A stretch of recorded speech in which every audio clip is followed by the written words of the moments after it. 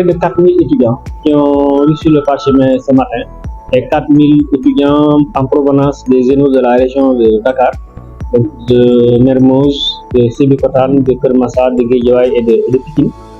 Et c'est une cérémonie qui vient donc terminer la série de cérémonies que nous avons organisées depuis le début de l'année, particulièrement depuis le mois de juillet, à Kolda, dans le nord, dans le centre, et aujourd'hui on termine avec la région de Dakar.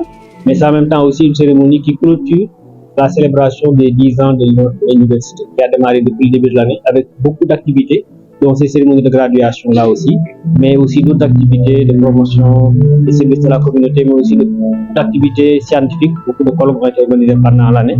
Et donc c'était aussi une occasion de marquer ces 10 ans d'existence de l'université numérique Cheikh Hamidou Kane, qui a changé de nom et qui s'appelait avant Université virtuelle du Sénégal. Les diplômes, c'est des diplômes de licence et de master, et c'est dans des disciplines très diverses et variées, de la communication digitale, multimédia, l'ingénierie logicielle, l'intelligence artificielle, mais aussi les technologies éducatives, la sociologie, le management des ressources humaines, le management des collectivités territoriales, l'administration économique et sociale, la gestion, la comptabilité, voilà, donc beaucoup de parcours, mais particulièrement tous ces parcours, en fait, en tout cas, conduisent à un métier. L'ambition de l'université aujourd'hui, c'est de se positionner comme l'un des pôles d'excellence académique du Sénégal et de l'Afrique. Et je pense que cela évidemment demande beaucoup de moyens et l'État fait beaucoup d'efforts. Mais évidemment, ce que nous souhaitons, c'est que ces efforts soient poursuivis, soient renforcés pour nous permettre d'allier massification et qualité. Puisque aujourd'hui, c'est une université qui accueille depuis 3 ans le tiers des bacheliers orientés dans les universités. L'année dernière, c'est 24 000 bacheliers qui ont été orientés. Et aujourd'hui, donc, c'est une université qui a plus de 60 000 étudiants.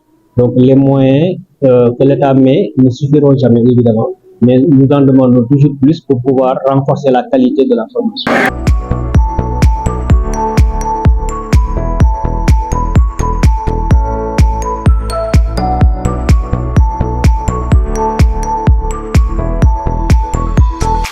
Les opportunités, c'est déjà souligné que c'est des étudiants qui ont des compétences aussi bien techniques dans le domaine où ils ont été formés, mais aussi des compétences transversales en termes d'autonomie, en termes de compétences digitales, mais aussi en termes de créativité. Parce que le modèle que nous utilisons, qui est un modèle d'enseignement à distance, oblige l'étudiant à avoir ces compétences-là pour pouvoir réussir. Donc, c'est déjà des opportunités qui sont là, qui leur sont propres. Et maintenant, en termes d'employabilité, évidemment, il y a le tissu socio-économique qui ne peut pas absorber tous les diplômés. Parce que quand on forme aujourd'hui 4000 diplômés dans la région rien que dans la région de Dakar, c'est beaucoup qu'on met sur le marché en même temps. Donc, il y en a beaucoup qui sont déjà insérés. Mais il faut aussi souligner qu'une des options, c'est l'entrepreneuriat et l'auto-emploi.